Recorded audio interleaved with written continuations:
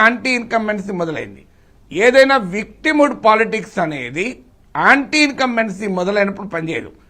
మీకు కరెక్ట్గా చంద్రబాబు నాయుడు అరెస్ట్ చూడండి, జగన్మోహన్ రెడ్డి అరెస్ట్ ఎప్పుడు చేశాడు? యాంటీ ఇన్కంబెన్సీ మొదలైనకే చేశాడు.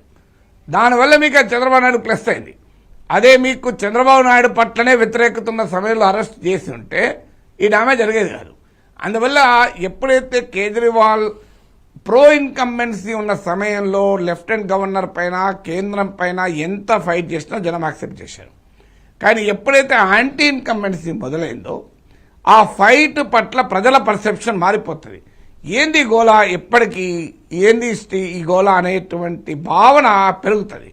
సో ఉదాహరణకు మీరు మీ పక్కింట్లో సెలబ్రేషన్ జరుగుతుంది, మంచిగా పాటలు పెడతారు, బయట మీరు బ్రహ్మాండంగా మీరు కూడా ఎంజాయ్ చేస్తారు. 1 గంట ఎంజాయ్ చేస్తారు, 2 గంటలు ఎంజాయ్ చేస్తారు, 3 గంటలు ఎంజాయ్ చేస్తారు, మీరు డాన్స్ చేస్తారు. 15 గంటల తర్వాత కూడా అదే పాటలు పెట్టారనుకోండి బయట, ఆ ఇంట్లోకి ఏమైనా ఎంజాయ్మెంట్ ఉంటుందేమో కానీ పక్కింట్లోకి ఎంజాయ్మెంట్ ఎప్పుడు ఉండదు. ఇదేందా గోలా అంటారు. ఎందుకు మరి?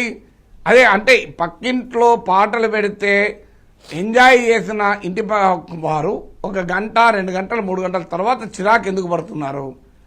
అందువల్ల అంటే ఎప్పుడు కూడా ప్రజల మూడ్ మారుతుంది. ఇక్కడ కూడా ఏం జరుగుతుందంటే అదే పబ్లిక్ పర్సెప్షన్. అంటే ఆ పబ్లిక్ నిరంతరం ఫైట్ అయినా ఏంటి గోలా. ఇప్పుడు భార్యాభర్తలు కొట్లాడుకుంటూనే ఉంటారు.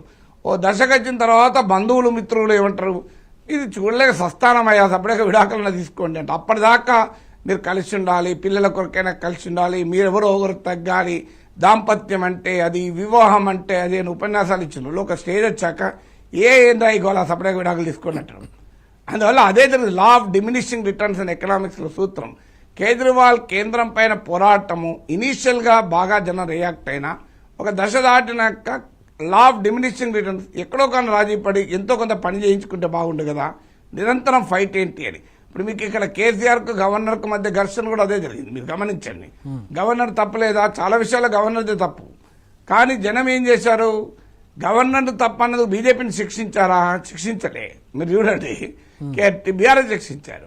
అందుకే మీరు కాంగ్రెస్ ప్రభుత్వం, ఇప్పుడు బీఆర్ఎస్ ప్రభుత్వం ఉన్నా బీజేపీ గవర్నరే, కేసీఆర్ ప్రభుత్వం ఉన్నా బీజేపీ గవర్నరే, రేవంత్ రెడ్డి ప్రభుత్వం ఉన్నా బీజేపీ గవర్నరే కదా.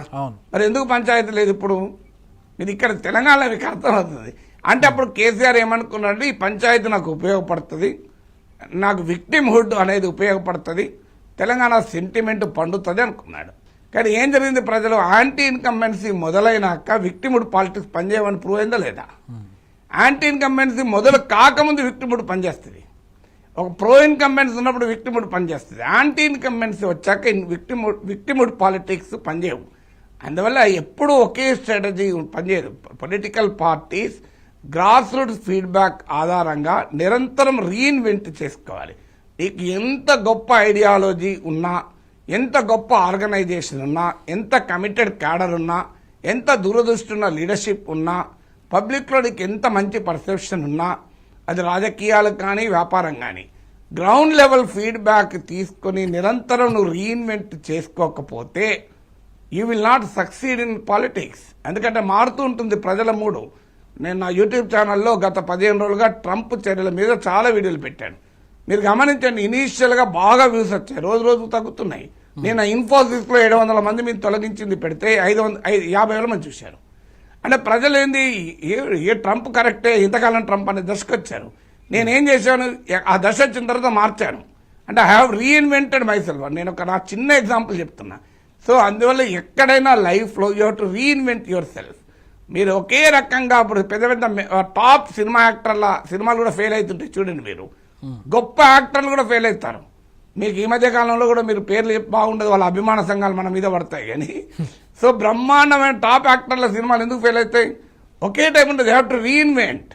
ఎక్కడైనా రీఇన్వెంట్ చేసుకున్న వాళ్ళే సక్సెస్. బీజేపీ కొన్న గొప్పతనం ఏంటంటే BJP is a party that can continuously reinvent it self.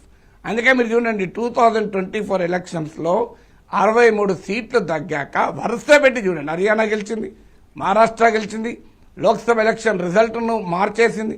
ఇవాళ ఢిల్లీలో కూడా మీరు నెంబర్స్ ఎలా ఉన్నా బీజేపీ గెలిచినట్లే కదా. సో అందువల్ల ఎందుకు రీఇన్వెంట్ చేయగలుగుతుందంటే బీజేపీకి గ్రాస్ రూట్స్ వర్కర్స్ ఉన్నారు, పార్టీ ఆర్గనైజేషన్ ఉంది, ఆర్ఎస్ఎస్ ఉంది, నిరంతరం ఆ ఫీడ్బ్యాక్ రావడం వల్ల రీఇన్వెంట్ చేసుకోగలుగుతున్నారు.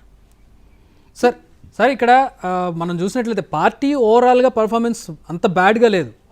ఓడిపోతుందేమో కానీ పర్ఫార్మెన్స్ బాగుంది. కానీ అన్నీ తానే నడిపించే